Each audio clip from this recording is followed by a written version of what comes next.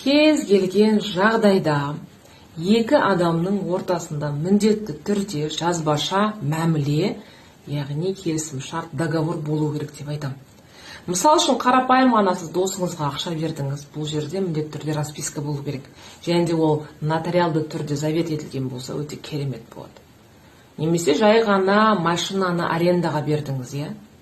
Бұл жерде міндетті түрде жазбаша келісім шарт болу керек. Немесе қазір әйелдер қауымы бізде көбінесе осы инвестицияға ақша салуды жақсы көреді. Инвестиция болғанда енді көбінесе ол финансовый пирамида ғой.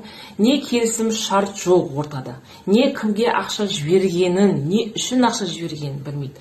Сондықтан да құжаттарға өте мұқият болыңыздар. Өйткені біз қазіргі заманда тек заң аясында ғана проблеманы шеше аламыз.